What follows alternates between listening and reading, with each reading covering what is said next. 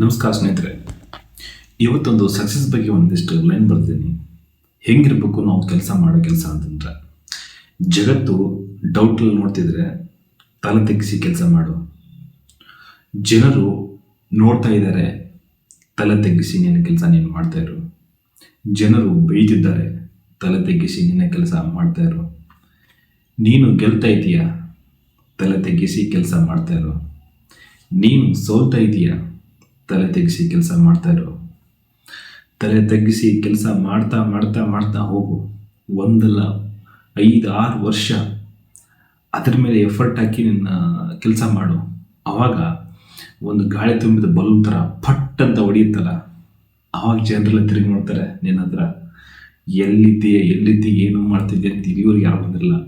ಯಾವಾಗ ನೀನು ಟ್ರೆಂಡಲ್ಲಿ ಬರ್ತೀಯಲ್ಲ, ನಿನ್ನದು ಜನರು ನೋಡ್ತಾರಲ್ಲ ಸಕ್ಸಸ್ಸು, ಅವಾಗ ಬಂದು ಕೇಳ್ತಾರೆ ನನ್ನ ಹತ್ರ, ನಿನ್ಗೆ ಹೆಂಗೆ ಸಕ್ಸಸ್ ಸಿಕ್ತು ನಮಗೂ ಹೇಳ್ಕೊಡಪ್ಪ, ನೀನು ಮಾಡಿದ್ದೆಲ್ಲ ನಾವೊಂಚೂರು ಮಾಡಿ ಏನಾದರೂ ಕಲಿತೀವಿ ಅಂತ.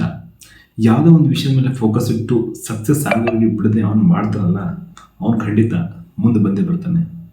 ಅದಕ್ಕೆ ತುಂಬ ಜನರ ಸಾಕ್ಷಿ ಇದೆ. ಓಕೆನಾ?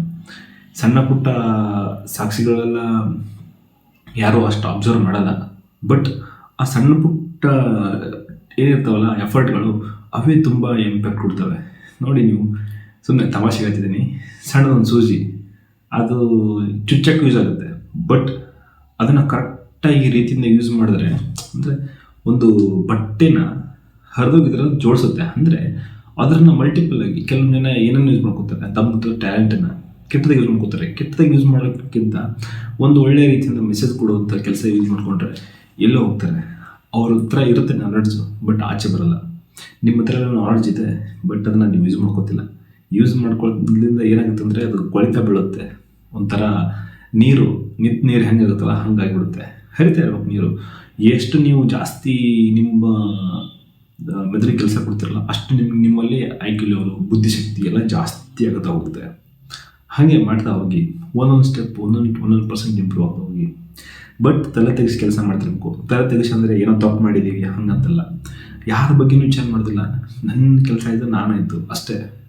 ನಾನು ಮಾಡ್ತಾಯಿದ್ದೀನಿ, ಎಫರ್ಟ್ ಹಾಕ್ತಿದ್ದೀನಿ. ಯಾರು ನೋಡ್ತಾರೋ ಬಿಡ್ತಾರೋ, ಬಟ್ ಯಾರೋ ಒಬ್ಬರು ನೋಡ್ತಾರಲ್ಲ, ಅವನ ಲೈಫಲ್ಲಿ ಏನಾದರೂ ಚೇಂಜ್ ಆಯ್ತಾ ನನಗೆ ಒಂದ್ಸಲ ಖುಷಿ ಇರುತ್ತೆ.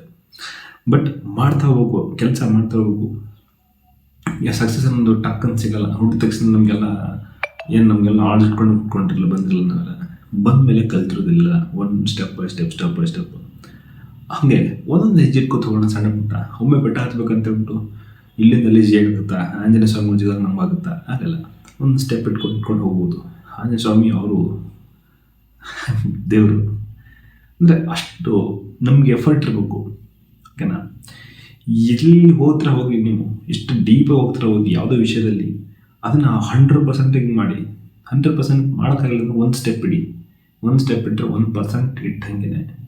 ಇವತ್ತು ಒಂದು ಬುಕ್ ತಗೋ ಒಂದು ಪೇಜ್ ಓದಿದ್ರೆ 1% ನಿಮ್ಗೆ ನಾಲೆಡ್ಜ್ ಬಂದೇ ಬರುತ್ತೆ. ಒಂದು 4 ಅಕ್ಷರ ನಿಮ್ಗೆ ಅದರಿಂದ ಯೂಸ್ಫುಲ್ ಆಗುತ್ತೆ. ಬಟ್ ಹಂಗಂತ ಹೇಳ್ಬಿಟ್ಟು ನಾನು ಏನೂ ಮಾಡ್ದೆ ಕೂತ್ಕೊಂಡ್ರೆ 2026 ಹಾಗೆ ಮುಗೋಗುತ್ತೆ. 25, 24, 23, 22, 21, 20, 19 6 ವರ್ಷ, 6 ವರ್ಷ ಹಿಂಗೆ ತಿರುವಾಗಿಬಿಟ್ವಿ. ಹಿಂಗೆ ತಿರುವಾಗಿಬಿಟ್ಟು ಒಂದು ಚಾಪ್ಟರ್ ಥರ 26 ಹಿಂಗೆ ಕಳೆದ್ಬಿಡ್ತಾರೆ. ನೆಕ್ಸ್ಟು ಏನಾದರೂ ಹೊಸದಾಗಿ ಮಾಡಿ ಲೈಫಲ್ಲಿ ಬದಲಾವಣೆ ತೊಗೊಂಡಿನಿ. ಓಕೆನಾ?